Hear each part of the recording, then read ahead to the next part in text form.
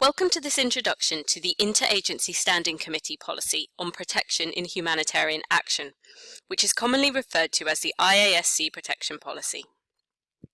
So what is the IASC Protection Policy?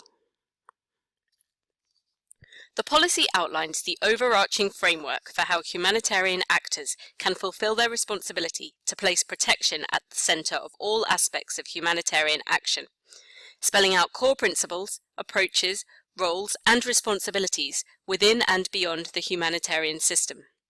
The policy sets out the IASC commitment to prioritising protection and contributing to collective protection outcomes, including through the requirement for humanitarian country teams, or HCTs, to develop protection strategies to address the most critical and urgent risks and violations. The policy also emphasises the importance of reinforcing the complementary roles, mandates and expertise of all relevant actors. Let's start by looking at the origins of the policy. In October 2013, the IASC agreed to focus on protection in humanitarian action as a strategic priority for the period 2014 to 16. The decision was motivated in part by the findings and recommendations of the Secretary-General's Internal Review Panel on United Nations action in Sri Lanka, which condemned the systemic failure in the last stages of the war to appropriately respond to pervasive and targeted attacks on civilians. This led to the UN Human Rights Upfront initiative and renewed focus on protection in humanitarian action. In their 2013 statement on the centrality of protection in humanitarian action, the IASC principles reaffirmed that all humanitarian actors have a responsibility to place protection at the centre of humanitarian action. The principles statement emphasises that it is incumbent upon the Humanitarian Coordinator, or HC, HCTs and clusters to ensure that protection of all persons affected and at risk informs humanitarian decision-making and response, including with states and non-state parties to conflict. The IASC subsequently commissioned the independent whole-of-system review of protection in the context of humanitarian action to ascertain whether the international humanitarian system is well positioned to fulfill the aspiration of the centrality of protection, and what measures could be taken to strengthen its ability to achieve protection outcomes and give effect to the statement. One recommendation arising from this review, which was published in May 2015, was the development of an IASC protection policy, which should spell out core principles, approaches, roles and responsibilities within and beyond the humanitarian system, as well as the elements critical to a robust strategic response. The IASC protection policy was subsequently drafted and adopted by the IASC principles in October 2016. The policy is the product of an interagency process that involved extensive consultation with a wide range of stakeholders and sets out how the centrality of protection will be fulfilled in practice. In addition, and in support of this policy, the Global Protection Cluster published a guidance note on HCT protection strategy. This guidance note was developed with the aim of assisting HCs and HCTs to, where appropriate, develop a comprehensive and humanitarian system-wide protection strategy in a manner that is light and enhances the effectiveness and performance of country-level humanitarian responses. Now let's explore the underpinning concepts within the policy. Firstly, protection is everyone's responsibility. The policy emphasises that protection must be understood as a shared system-wide responsibility that is core to humanitarian action. Everyone is responsible for preventing or mitigating risks and restoring safety and dignity to people's lives, not just protection specialists. Secondly, protection is about outcomes, not only outputs.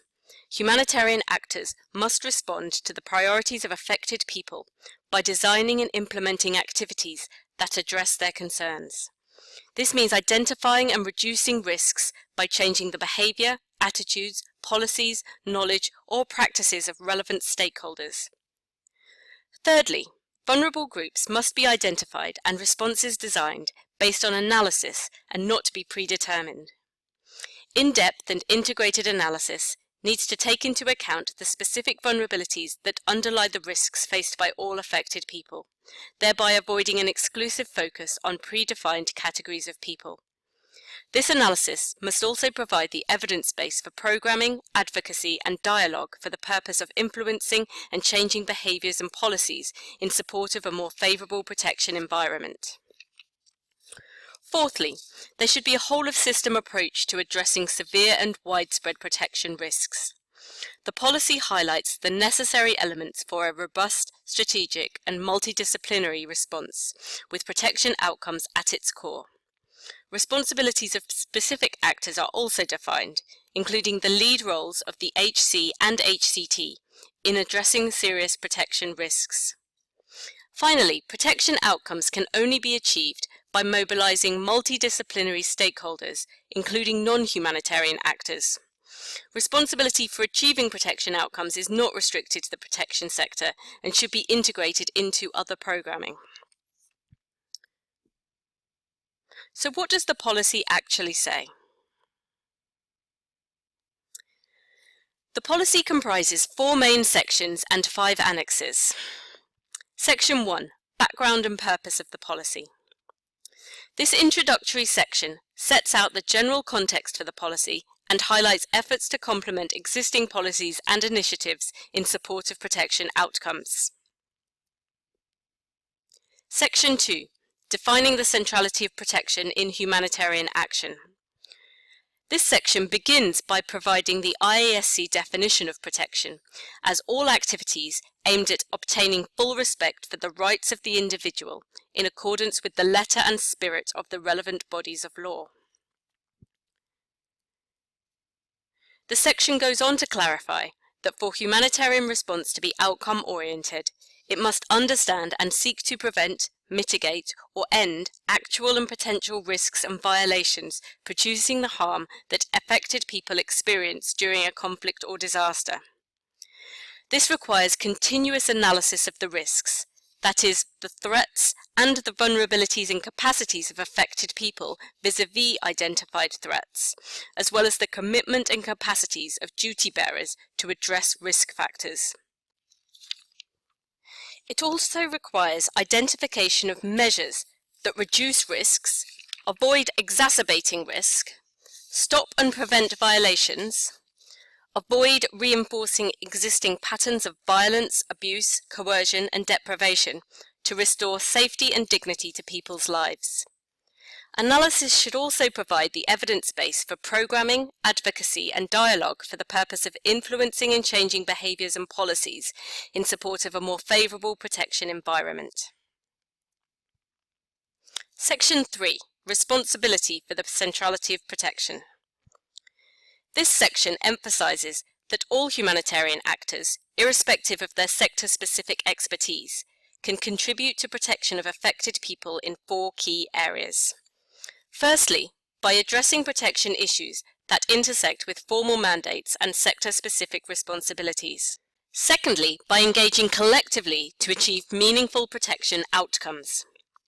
Designing a comprehensive protection strategy to focus HCT attention and action on protection priorities beyond the scope of the humanitarian response plan requires ongoing commitment to data and information collection, sharing and management, in-depth and integrated protection analysis, agreement on protection priorities and collective actions, and continued monitoring and evaluation.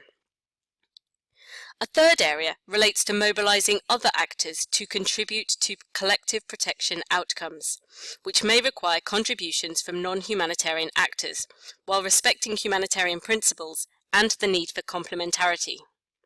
These actors could include peacekeeping, development, conflict resolution, state and diplomatic entities. Finally, the HCT needs to evaluate commitments and monitor progress in placing protection central in humanitarian action. This includes regular monitoring and evaluation of progress in working collectively to achieve protection outcomes, reducing the exposure of affected people to risks and violations, and supporting affected people to enjoy their rights without discrimination. Section 4. Implementation of the policy.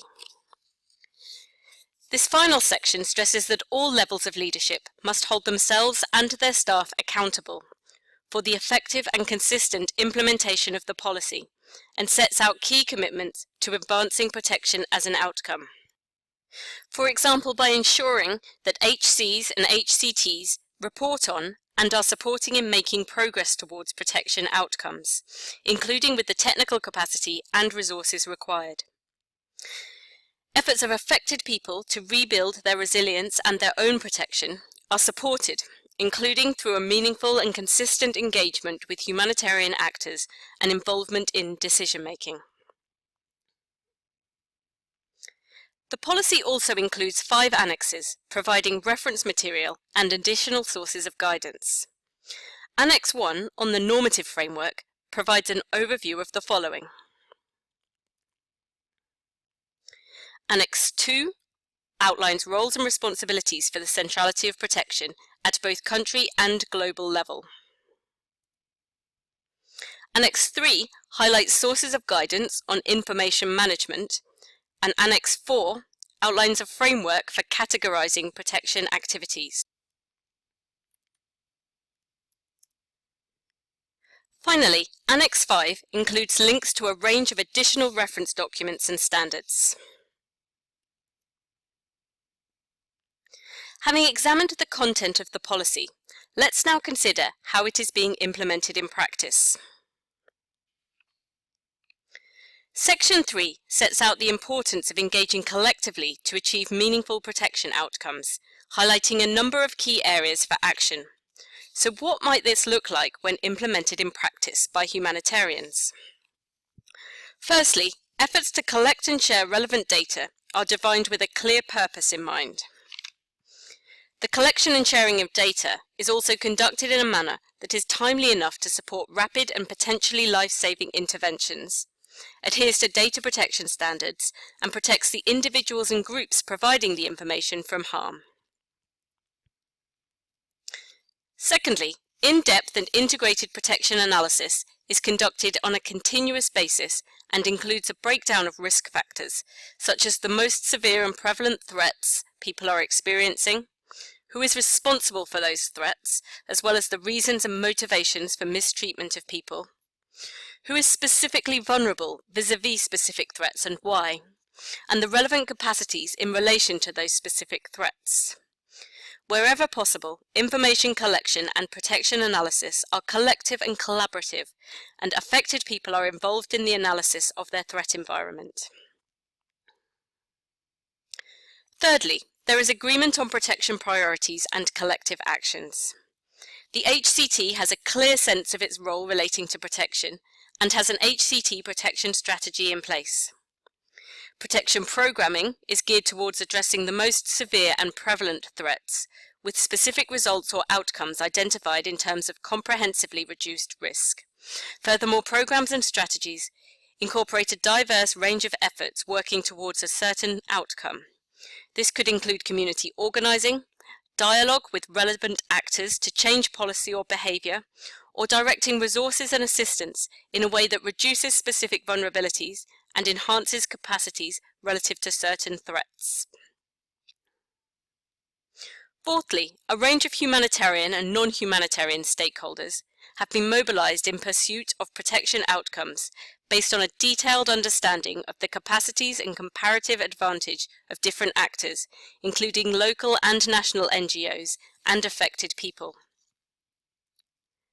Finally, mechanisms are in place to evaluate whether actions are having a protection impact, whether decision-making is transparent, and whether overall accountability to affected people is being enhanced.